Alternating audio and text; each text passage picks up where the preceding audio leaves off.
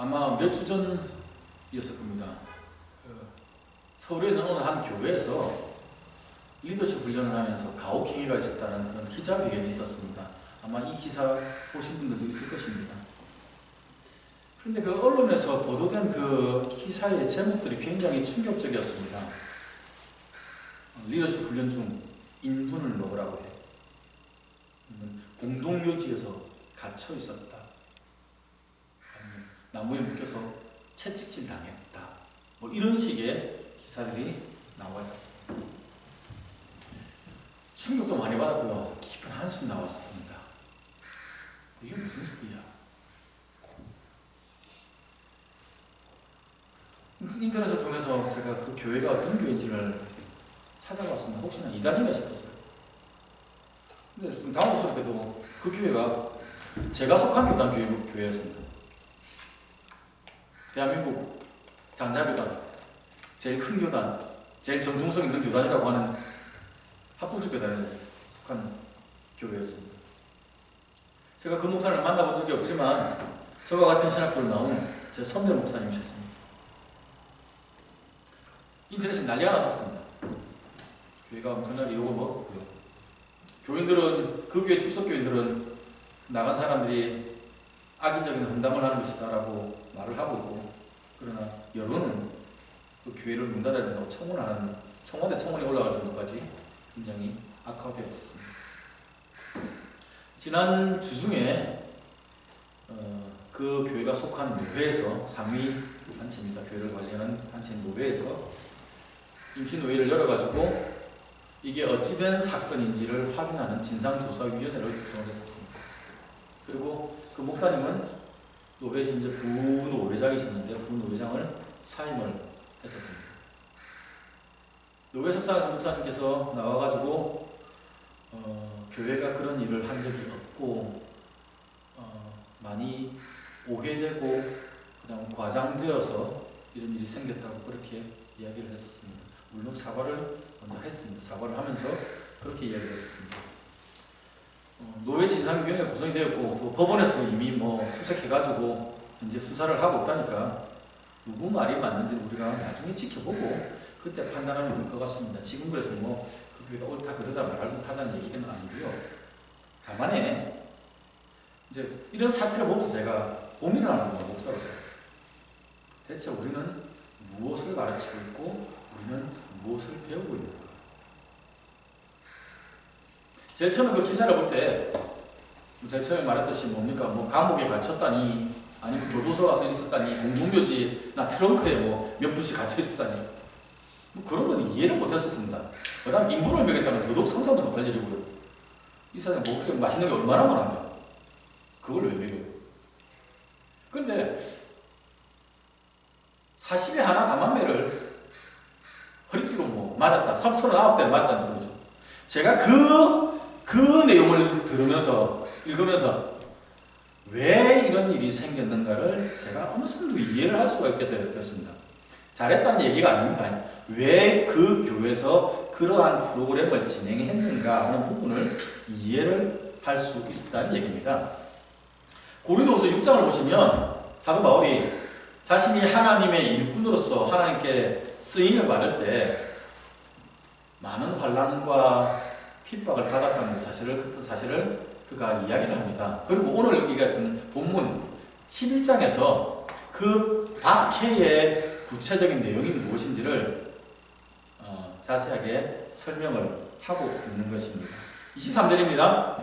내가 수고를 넘치도록 하고 옥에 갇히기도 더 많이 하고 매도 수없이 맞고 여러 번 죽을 뻔하였으니 유대인들에게서 40에 하나 감한매를 5번 맞았으며 3번 태장으로 맞고 1번 돌로 맞고 3번 파설하고 일주야를 깊은 바다에서 지냈으며 여러 번 여행하면서 강의 위험과 강도의 위험과 동족의 위험과 이방인의 위험과 신의 위험과 광야의 위험과 바다의 위험과 거짓 형제 중의 위험을 당하고 또 수고하며 애쓰고 여러 번 자지 못하고 줄이며 목마르고 여러 번 굶고 춥고 헐벗어노라. 여러분 상상됩니까? 바울의 사역이 얼마나 치열하고 절박하고 위험하고 얼마나 힘들었는지 이해가 되시지요? 우리가 일상생활 가운데 이런 일 당한 일이 없습니다. 당시에도 이런 일 당하기 흔하지 않았습니다. 그러니까 바울이 그 모든 고통과 박해들을 겪었더랍니다. 그러면서도 그분이 사역을 계속해 나갔습니다. 왜? 그렇다면 우리는 질문해야 됩니다. 왜 바울은 그토록 치열하게 그 모든 박해를 감내해 가면서까지 사역을 이어갔던가? 우리가 이 이유를 알지 못하면 위에 언급된 그러한 고난들을 문자적으로 해석하고 그것을 오늘날도 연습을 하게 되는 실수를 범하기 쉬워집니다. 바울은 왜 모든 고난과 박해 가운데서도 사역을 이어나가는가? 11장 2절에서 바울은 그 이유를 그 속에 하나님의 열심이 있었기 때문이라고 설명을 합니다. 내가 하나님의 열심으로 너희를 위하여 열심을 내노니. 맞아요. 바울 사역의 원동력은 그 속에 있는 하나님의 열심이었습니다. 그런데 우리가 주의해야 될 것은 모든 성도들이, 모든 사역자들이 하나님께 헌신할 때 언제나 다 하나님의 열심으로 헌신을 하는 것은 아니라는 사실입니다. 그랬으면 참 좋겠는데 그러지 않는 경우도 종종 있습니다.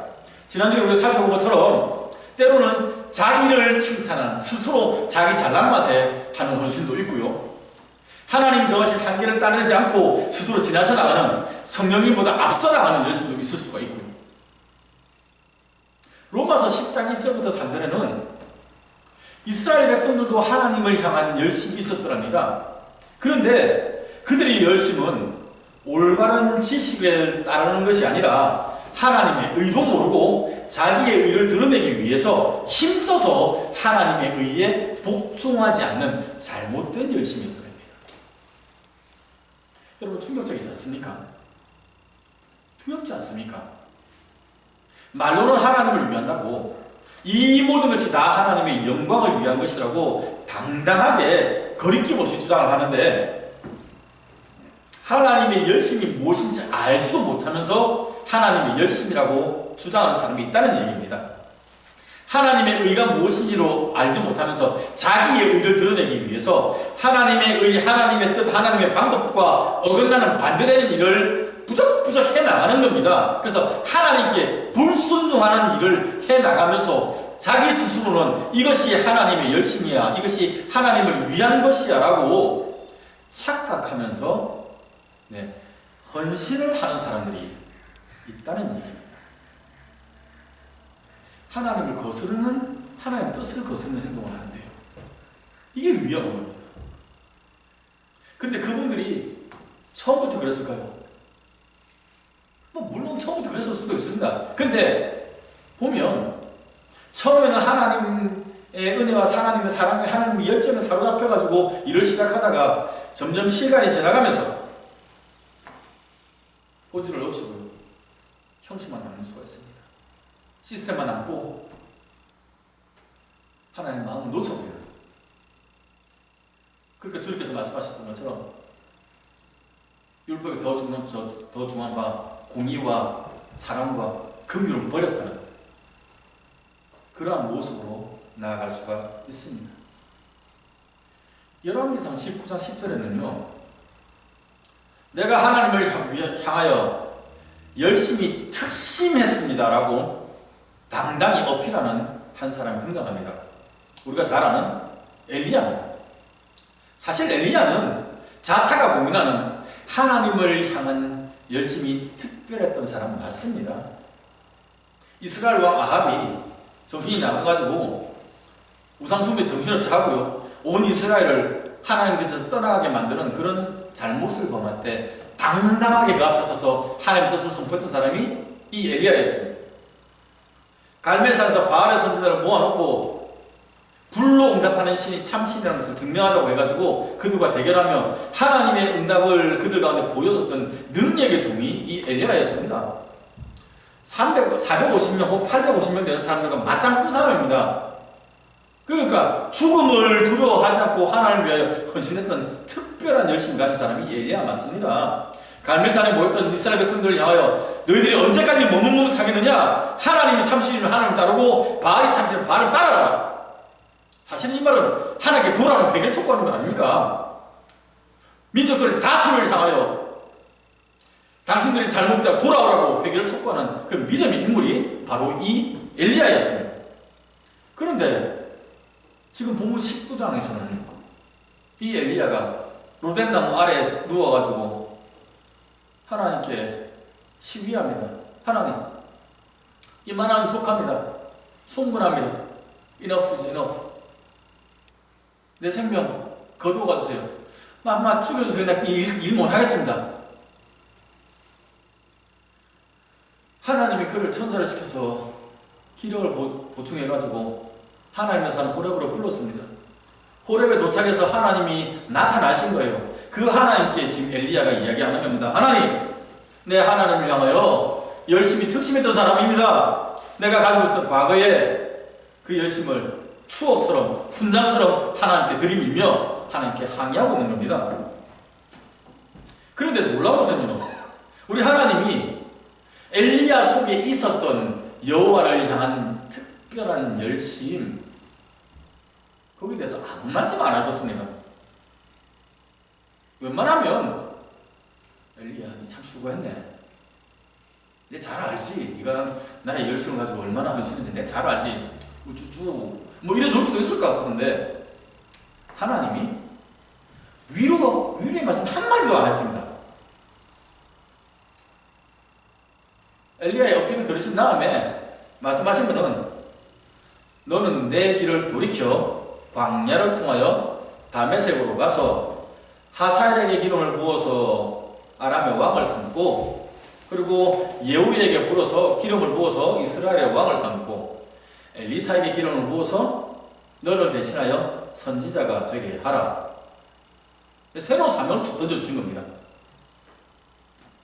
엘리야가 별소리 안 하고, 근데 놀라운 것은 그냥 또 일어나서 말씀에 순종하여서 맡겨진 사명을 또 감당을 했더랍니다. 재밌죠? 저는 개인적으로 아마 만약에 엘리야가 영적으로 미숙한 상태더라면 하나님이 그렇게 매몰차게 그를 몰아가지 않으셨을 것이라고 생각을 하는 사람입니다. 물론 성경에 그런 말 없습니다만은 그 하나님의 성품을 우리가 이해를 한다면 하나님은 연약한 사람, 상한 사람, 부족한 사람들 용납하시고 다시 세워주시잖아요. 그러니까 그를 위로하시고 재활시킨 다음에 새로운 사역지로 아마 내보내셨을 겁니다. 그런데 사실 엘리야쯤 되는 사람이면 그리 말 안 해도 알잖아요. 하나님 뜻이 뭔지. 어디 사명자가 갑자기 감히 하나님께서 맡기신 사명 안 돌아보고 충성 안 하고 삐지게 들어놓아가지고 하나님 막 그만하랍니다. 내 죽여주세요 하고 하나님께 시위를 할 수 있단 말입니다. 사람 봐서 그래요. 여러 번 말씀드렸지만 내가 내일까지 네 목숨을 그대로 살려주면 내가 믿는 나의 신들이 내게 벌을 내릴 것이다. 너 죽었어 말하는 이 이세벨에게 엘리야가 쫄은 겁니다. 불로 응답하시는 하나님, 살아계신 하나님을 증명해 주었음에도 불구하고 변화되지 않는 이스라엘 백성들의 모습을 바라보며 상심한 겁니다. 낙심한 겁니다. 절망한 겁니다. 여러분 기억해야 됩니다. 엘리야라 할지라도, 불의 종 엘리야라 할지라도 하나님 바라보지 아니하면, 사람 바라보면 낙심하고 넘어집니다. 실망합니다. 우리의 눈이 하나님을 향하여 집중되어야 됩니다. 하나님과 허락하신 그 사명에 우리가 불타올라야 합니다. 우리 이어서 해야 됩니다. 자, 그러면 그 과연 하나님의 열심은 무엇일까요? 무엇이 하나님의 열심일까요? 이사야 37장 32절에 보면 이는 만군의 여호와의 열심이 이를 이루리라는 표현이 나타납니다. 이 본문의 배경 여러분 기억하십니까? 히스기야 왕 때입니다. 아수르가 이스라엘을 예루살렘을 공격한 겁니다. 그래서 에워쌌습니다. 그래서 히스기야가 깜짝 놀랐습니다. 사람을 하나님의 종 선지자 이사야에게 보냈습니다.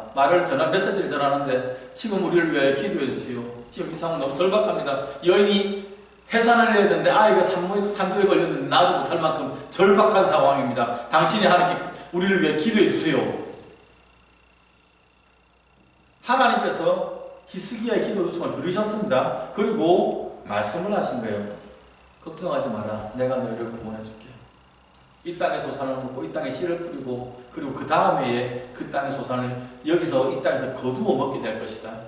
나라 망하지 않는다는 얘기입니다. 반드시 여기서 살려주시겠다는 얘기입니다. 내가 너희를 구원해 줄게 하는 이 구원의 확증을 만군의 여호와의 열심히 이를 이루리라 말씀하시는 겁니다. 하나님의 열심히 사람 살리는 겁니다. 구원해 주는 겁니다. 그것을 지난주에 살펴본 것처럼 고린도서 10장 8절에서는 사도 바울이 너희를 무너뜨리는 것이 아니라 세우는 권세라고 그렇게 설명을 했었죠. 바울 안에 이방인을 구원하고자 하는, 그들을 살리고자 하는 하나님의 마음이 가득했었습니다. 그 열심이 마치 그들을 정결한 처녀를 신랑에게 중매해주는 것처럼 그들을 그리스도로 그들에게 소개시켜주며 그들이 그리스도께 나아올 수 있도록 바울이 애를 써왔습니다. 이 남자 꼭 잡아야 돼. 이 남자를 잡아야 네 인생이 바뀌어. 네가 살아나. 네가 구원받아. 그런데 이 빼달른 바울의 마음을 고린도 교회 사람들이 이해를 하지 못했습니다. 바울이 자기도 써가며 다른 교회에서 구원받은 거 가지고 이 교회에 나와서 복음 전도하면서 그리스도를 계속 전해왔던 겁니다. 그런데 이 고린도 교회 사람들이 바울이 떠나고 나니까 바울 말 안 듣고 다른 사람들 말, 바울의 편대로 거짓 복음을 전하는 사람들의 말을 듣고 그들을 용납하고 그들을 더 신뢰하고 믿으면서 떠나가려고 하는 겁니다.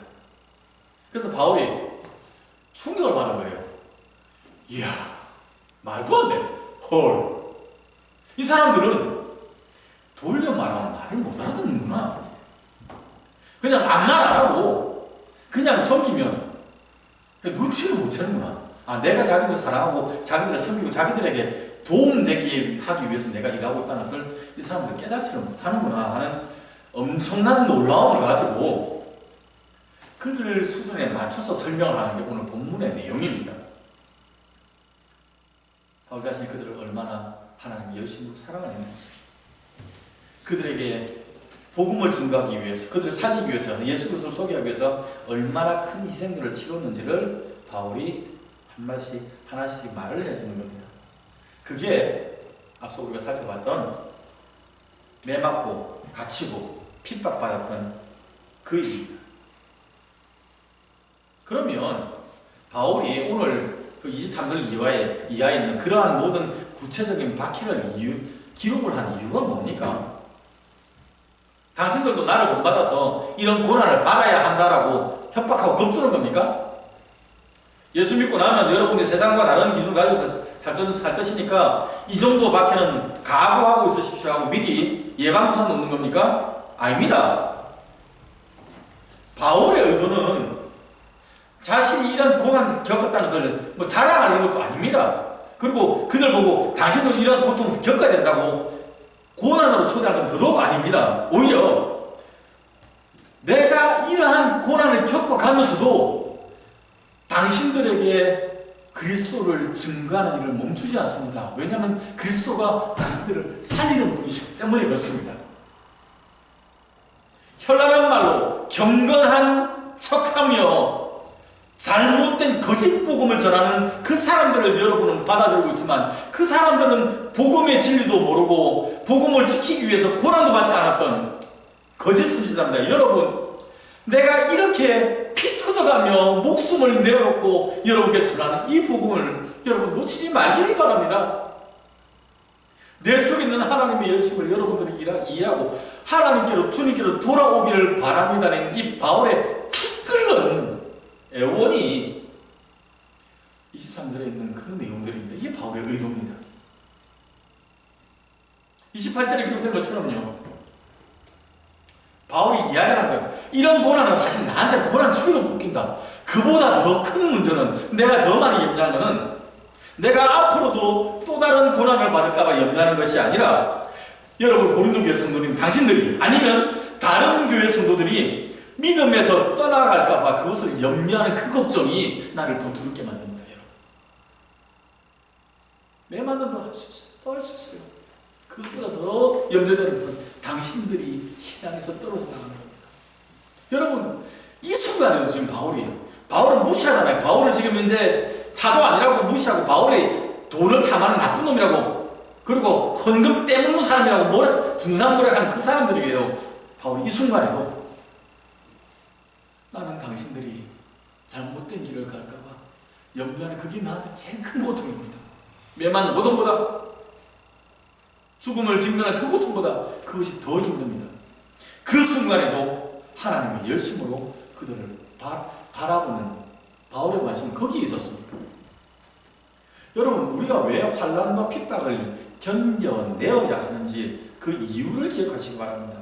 만약에 이건 놓쳐버리면요, 우리가 겪었던 영적인 체험 혹은 환난과 고통을 이겨낸 그것들이 우리 가운데 훈장이 됩니다. 그 조폭들, 이런 예를 들어서 죄송합니다만은 깡패들 있잖아요. 조폭들이 조직을 위해서 다른 조직 테러하고 난 다음에 감옥 대신 간다며. 그러면 내가 훈장 나 별 달았어 하고 나온다며. 그런 거예요. 교회 안에서 내가 신앙생활하면서 내가 이런 것도 해봤어, 이것도 견뎠어 하는, 그게 우리 자랑이 된다는 얘기입니다. 야, 나 이번에 리더십 하면서 내가 이번에 트렁크에서 15분 같이 있었다. 15분? 나는 공동면직 옆에 30분 있었거든? 15분 잽도 안 돼. 뭔 소리야. 나는 이제 허리띠로서 15대 맞았어. 입 다물어 꺼져. 나는 똥도 먹었거든? 여러분 이해되십니까? 이런 일이 생긴다니까요. 그것이 우리 자랑 될 수 없습니다. 그것이 우리가 예수 닮아간다는 증거가 되지 못합니다. 바울이 그 얘기했잖아요. 11절에서 내가 어리석은 자가 되어 조금 자랑하게 하는 것을 용납해 주시오라고 이야기를 하잖아요.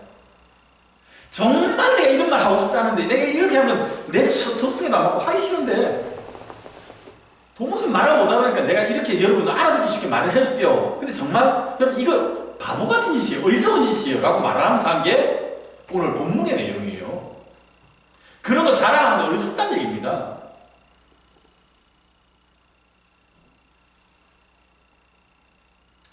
영혼을 살리기 위한 바울의 열심은, 그 안에 있던 하나님의 열심은 누가 약하면 같이 약하여지고 누가 실족하면 애타하는 모습으로 드러났습니다. 여러분 이 모습 주님 모습이잖아요. 이스라엘 백성들의 연약함을 바라보시고 목자 없는 양처럼 이리저리 흩어져 다니며 떠돌아다니는 그들을 바라보시고 그들을 민망히 여기시고 긍휼히 여기시고 그들의 아픔을 동정하셨던 주님, 품어주셨던 주님의 모습이 지금 바울의 삶 가운데, 사역 가운데 나타나고 있는 겁니다. 비록 이 모습을 보면서 고린도 교회에 있던 바울의 대적자는 우리가 지난주 살펴본 것처럼 그는 편지로는 말 정말 논리적으로 잘하지만 실제로 만나보면 몸도 약하고 볼품 없고 그리고 말도 시원치 않다고 비난을 했습니다. 그렇죠? 근데 바울로서는 그것이 그리스도의 온유함과 관용으로 용납한 결과였잖아요. 바울이 할 말이 없어서 말을 안 한 게 아니고 바울이 성질이 없어서 웃어 넘긴 것이 아니라 그리스도의 온유함으로 그들을 품었던, 용납했던 그 결과였습니다. 그리고 바울 스스로는 오히려 그렇게 자기를 약하다고 하는 그 평가에 대해서 바울이 나는 오히려 그것을 자랑스러워한다고 본문에서는 이야기를 합니다. 이거 정말 대단한 거 아닙니까? 사도행전에 나타난 바울의 모습을 보면 그가 성령의 능력을 정말 많이 받았거든요. 바울 스스로 얘기하잖아요. 내가 고린도에서 내가 고린도 교회 당신들보다 훨씬 더 방언 많이 하고 잘하는 것을 내가 감사하게 여긴다 할 만큼 은사 많았잖아요. 열정이 많고 바울이 한 말도 센스인데 예수 믿고 나서 사역하고 나니까 성질대로 안 하는 일입니다. 말 표현이 바뀌고 행동이 바뀌어서 남들이 볼 때 저 사람은 야 무골 호인이야 싶을 만큼 바울이 온유한 사람, 힘없는 사람을 보일 지경까지 바울의 성품이 변하는 겁니다. 예수 믿은 지 5년 되고 10년 되고 20년 되고 다양한 형태로 섬기기 시작하면서 여전히 우리가 나는 성질이 원래 그래라고 덤비면 물론 하나님이 기질대로 우리를 사용하시기도 하지만 우리 가운데 예수 닮는 성품의 변화가 나타나는 것이 정상입니다. 나는 원래 그래? 아니요. 그 자랑 아닙니다. 사랑하는 성도 여러분, 에베소서 4장 13절에 기록되어 있는 것처럼 우리가 다 하나님의 아들을 믿는 것과 아는 일에 하나가 되어서 온전한 사람을 이루어 그리스도의 장성한 분량이 충만한 데까지 우리가 이르게 될 것입니다. 우리가 예수님 닮는 이 연습 하게 될 겁니다. 신앙의 선배들이 걸어갔던 그 길을 따라가며 그들의 삶을 본받는 것, 그 가운데 유익이 있습니다. 베드로가 어떻겠든지, 바울이 어땠든지, 아니면 우리 교회 어느 장로님이 어떤 삶을 살았든지, 아니면 나의 부모님들이 어떤 삶을 살았는지, 그것을 기억하고 신앙의 유산으로 이어가는 것도 중요합니다만은 그보다 더 중요한 것은 그분들이 그러한 길을 걸어갈 수밖에 없었던 이유를 먼저 이해해야 합니다. 그렇지 않으면 형식만 합니다. 하나님의 열심을 품고 주님 뜻 기억하며 우리 주위 사람들, 사랑 우리 가족들, 우리 교회 성도님들, 우리 이웃들, 우리 친구들, 우리 직장동료들 그들을 살려나가는 저와 여러분이 되기를 바랍니다. 지금 참 좋은 기회입니다. 점검하셔야 돼요. 우리가 혹시 주님의 고난에 동참한 과거의 그 영적인 승리에 만족되어 그것에 도취되어 살아가고 있지 않은지, 그것을 우리의 훈장처럼 휘두르고 다니고 있지는 않은지, 내가 하나님의 열심을 잊고 살아가고 있지는 않은지, 성령님보다 앞서가고 있지는 않은지 점검합시다. 그리고 예수 닮음이 이 말 가운데, 우리 삶 가운데, 우리 행동 가운데, 우리 사고방식 가운데 분명한 변화됨으로 나타나는 그러한 증거들이 많아질 수 있도록 우리가 함께 이 믿음의 길을 걸어갈 수 있기를 바랍니다. 기도합시다. 우리 사랑하신 하나님 아버지 감사합니다.